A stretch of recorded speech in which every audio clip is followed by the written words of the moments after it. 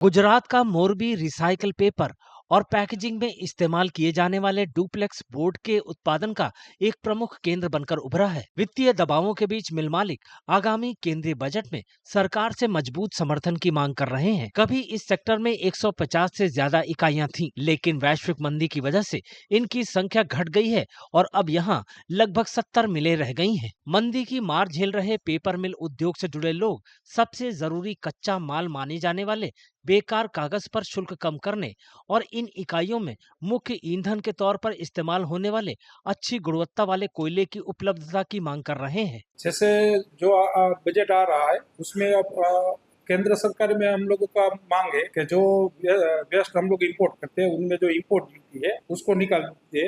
कारण के हम लोग जो वेस्ट मंगवाते हैं वो कोई कम रेट है इसलिए मंगवाते हैं ऐसा नहीं है, क्योंकि यहाँ गुजरात के अंदर वर्जिन पल्प पे बैंड है, नया पल्प हम लोग बना नहीं सकते और अच्छी क्वालिटी का पेपर बनाने के लिए हमको पेपर इंपोर्ट वेस्ट इंपोर्ट करना। हमारी पेपर मिल इंडस्ट्री में जो कोयला आ रहा है वो बहुत थोड़े टाइम से बहुत उच्च गुणवत्ता के नहीं आ रहे, यानी कि क्वालिटी बहुत डाउन हुई है।